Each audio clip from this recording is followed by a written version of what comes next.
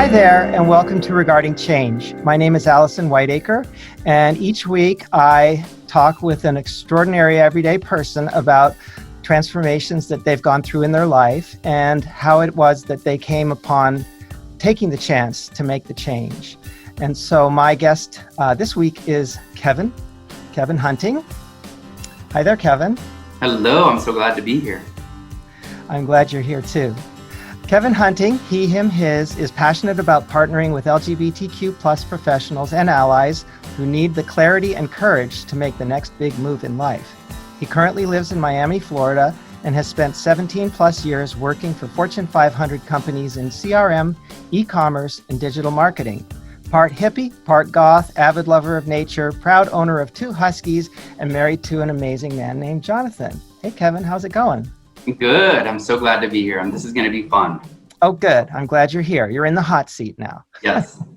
So what transitional topic, what transition have you gone through recently or are still going through that has made you up your game, that you needed to make some big changes and they weren't always so comfortable to make? One big change I made was last year after moving to Miami from DC. I felt like I was in this, not a rut. I wouldn't say it was a rut per se, but I was definitely sort of walking through life a little bit blind is what I would say. And in terms of my professional life, mostly. And so I really took the time when I moved here last year to take a step back, and unbeknownst to me at the time was having some powerful conversations. And I think I had a really powerful conversation with someone who had probably gone through some type of coach training. And it was through those conversations that these bigger questions that I really started to go inward and think to myself, what is it that I want to be doing and why? And what's really going to fill me up versus going to my default, which would have been just looking for another job in marketing and kind of doing the same old. And so that brought a lot up for me because it was a huge change. It was such a big change, but now that I'm, almost a year later, coming up on a year later, at this time, I can tell you that stepping into my fear and stepping into the unknown has been probably one of the most powerful, I would say, things that's happened in my life to date in terms of where I am at now and how it fills me up differently. It's just what I'm experiencing, and even the emotions and thoughts that I have are so different than I think what I would have experienced if I hadn't taken this risk. That's awesome. Yeah, it's inspiring just hearing you talk about it. Thank you. What would you say is the why, the reason why you have taken this chance on a new trajectory in your life? And so the why being that thing that gets you up, gets you out of bed in the morning, and gets you working towards helping others as a coach, even when there's some bumps in the road or things aren't going your way. Absolutely.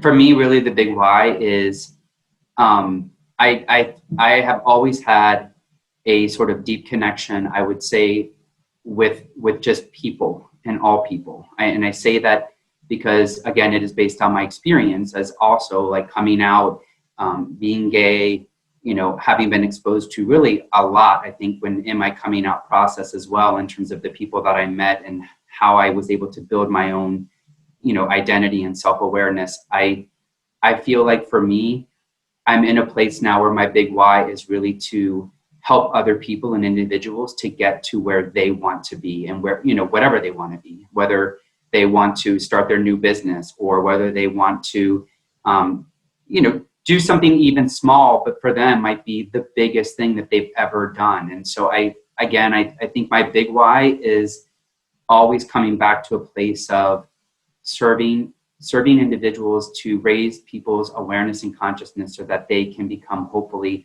more fulfilled in their own lives. And so I always go back to that too when I feel like I'm stuck, or if I feel like I'm kind of getting lost in my own fear, right, in my own head, or that I feel blocked. I always go back to that place to remember, like, this is why you're doing this. And it kind of just lets everything sort of, everything becomes lighter when I do it. How does it feel when you've just helped somebody out and they're just like, oh my God, I didn't realize that I'd been thinking about this way, but now I don't have to think about that. Like, how does that feel as a person?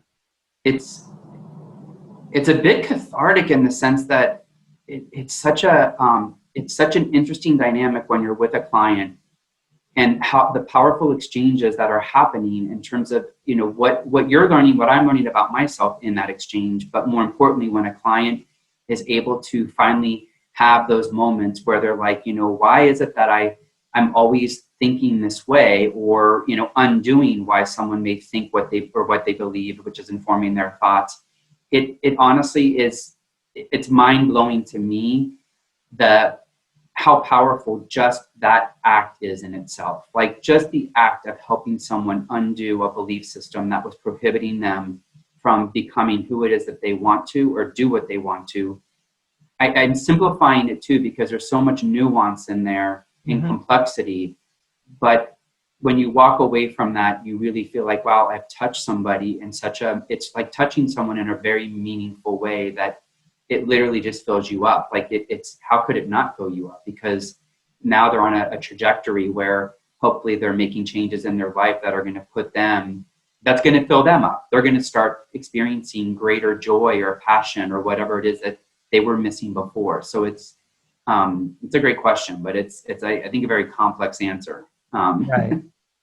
But ultimately, it sounds like it's sharing empowerment, and sharing the love, and sharing the joy. Yes. Basically blasting through the you know, the barrier. And yeah, sometimes it's not bullshit because it's experiences, but sometimes when you do look at the stuff that, right, you attach yourself to in terms of what you believe. Oh yeah. It's, you know, when you really start to break it apart, you're like, why the hell would I ever, why am I telling myself this story? Like, why did I even, you know, but it's human nature. It is human nature. And, you know, obviously, you know, just as well, like that's exactly what we do, is just, you know, work with individuals to really help them become who it is that they want to. And it's really is a beautiful cathartic experience to go through with a client. Absolutely. So when the shit's hit the fan and everything's just sucking in your day or whatever, what is one go-to strategy that you use to bring yourself into the present, down to earth, realizing that you've got the potential to turn it around? What do you do? One thing that I do for myself, especially when I'm feeling a lot of, like, I'd say anxiety, or in those moments where I'm not, you know, I'm doubting whether or not this is going to really go off the way that I want it to, is I use like visualization. And so what that really entails is actually seeing myself in whatever it is I'm going to do. And I can tell you, I used this when I had to do a big presentation for a nonprofit.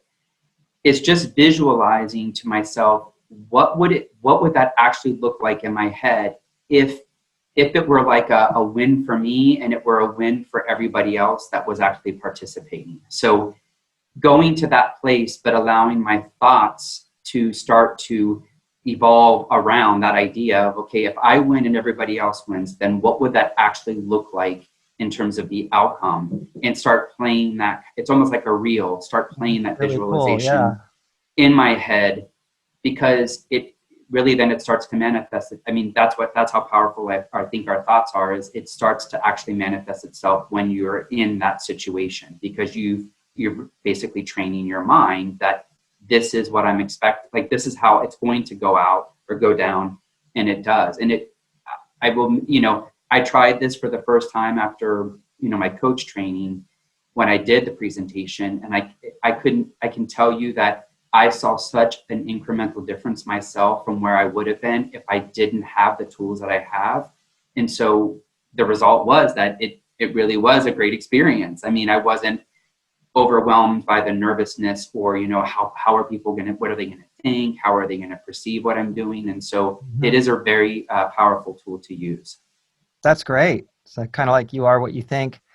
And if yes. and if your thinking stinks, then imagine what it's going to be like when it's fragrant again. That's a really good way to put it. It's exactly, if you're filling yourself up with crap, well, then probably you're going to have crap. Mm-hmm. But if you can see yourself and visualize yourself in any situation, actually, I think it works in almost any situation, whether it's, being in front of a large group of people or starting something new that you've never started, a new business, a project. If you can visualize where it is that you want to be and start to really develop what in your mind, what that actually looks like, it will actually it starts to, I think, manifest itself. Yes. Words of truth. So I have one more question for you, and then Sure. you get to ask me a question. The last question for you is, if you had a theme song, what would it be? All right, my theme song is not the original. It is my Itchy Coo Park is the name of the song, and it was originally written by a group called Small Faces. But there is a newer version of it, I would say, well, fairly new, by M People. And it is, but when you listen to it, you listen to the original and then listen to M People, and you will notice such a difference. But the level of energy in the version by M People, the lead singer, her name is Heather Small. She really has this raspy, soulful voice that just embodies so much like positivity and energy in what she's singing. And the song really, I think, was much more of like this, revolutionary, like kind of like Buffalo Springfield, or that's another one that, was very like revolutionary in its time for what it stood for. But the song itself, there's just a couple of lines like, what did you feel there when you were at Itchy Coo Park? And he says, I felt my pride. And then, what did you do there? And he talks about getting high. But then the main line overall is, basically, it's all so beautiful. And I think so beautiful. Yeah. And so for me, it just lights me up, because I think it's a part of me as well, that I try to see all the beauty around me, even like natural beauty, or the beauty in the experience that you may be having that in the moment may not seem beautiful, but if you look for it, you can find the beauty. And so the song is just, it's off the charts in terms of energy, and her voice is stellar. It will give you goosebumps. So check it out. Yeah, and we'll put links in the notes for the original version as well as the M People version. All right, so now, okay, I'm in the hot seat. Right, the tables are turned. So Allison, what advice would you give to an individual who is questioning their gender identity or gender expression? Well, first of all, I would say that you're amazing and exactly the way you are. It's not like you need to become any more amazing. I mean, obviously life will evolve. So first, know that you're not alone. Second, I would suggest finding some community, other people that are gender nonconforming or that are trans, whatever it is, whatever direction, if it's transmasculine or transfeminine. Find other people that are going through similar questioning about their identity, or even other people that have already they understand that they're gender nonconforming in this way or that way. Mm-hmm. I have a lot of resources in my library on my website, AllisonWhiteacre.com, that has all kinds of definitions and glossary and places you can contact, and different websites that are positive communities for trans and non-binary people.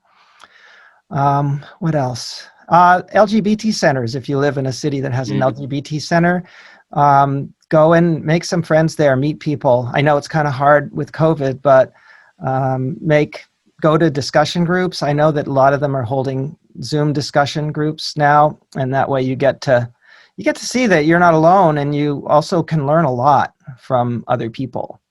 I can't think of anything else that I would say other than you're amazing just the way you are. And my advice for anybody who is transitioning is enjoy every minute of it.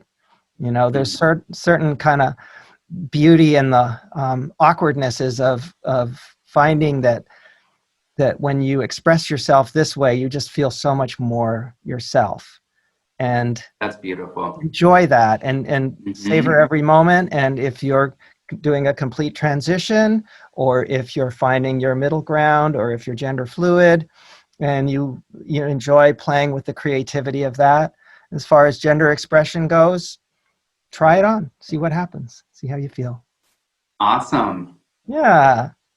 Well, that's it for Regarding Change for this week. So, Kevin, how can people find out about your coaching and all that other stuff? Maybe see some pictures of your dogs. You can definitely visit my website. So you can go to twostepsforwardcoaching.com. And you can also find me in Facebook, Instagram, and LinkedIn at 2 Steps Forward Coaching. So I hope to hear from you. That's This has wonderful. been fun. Yeah.